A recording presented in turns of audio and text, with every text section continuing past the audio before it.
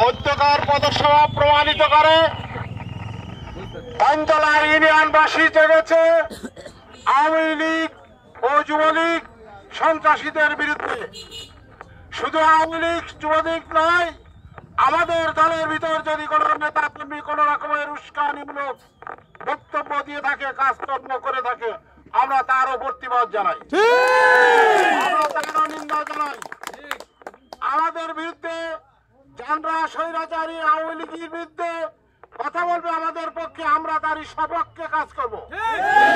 আমাদের নেতা কর্মীদের নিয়ে কোনো সমালোচনা, কোনো বক্তব্য, কোনো কিছু করতে হলে আমাদের আগেই আলোচনার টেবিলে বসতে হবে, সিদ্ধান্ত মোতাবেক ডিসিশন নিয়ে কাজ করতে হবে। আমরা যেন এককভাবে পানতলা ইউনিয়নবাসী একক হয়ে কাজ করতে পারি। আমাদের ভিতর কোনো দ্বিধাদ্বন্দ্ব যদি থাকে, আমরা এক টেবিলে বসবো, সমস্যার সমাধান করব, কিন্তু কোনো আওয়ামী লীগ নয়। আওয়ামী লীগ নিয়ে আমরা বসতে রাজি নই। আওয়ামী লীগের নেতা কর্মীরা আপনারা হুঁশিয়ার হয়ে যান, আওয়ামী লীগের দালালেরা হুঁশিয়ার হয়ে যান। কোন রকমের কার্যক্রম বরদাস্ত করা যাবে না। যারা ষড়যন্ত্রে লিপ্ত আছেন, ষড়যন্ত্র থেকে সরে আসুন। আপনারা এক টেবিলে কাজ করুন। আপনারা কোন রকমের ষড়যন্ত্র করে সাকসেস হতে পারবেন না।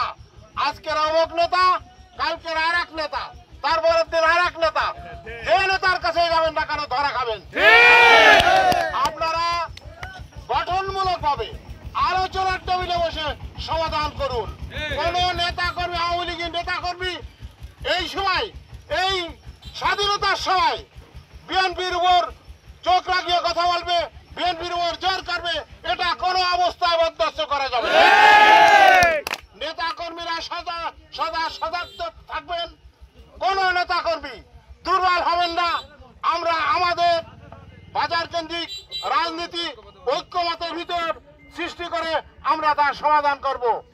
আপনারা যারা উপস্থিত হয়েছেন আজকের পথসভায়, আপনাদের আমি ধন্যবাদ জ্ঞাপন করে এখানে এই পথসভা সমাপ্ত করলাম ও আমার বক্তব্য সমাপ্ত করলাম।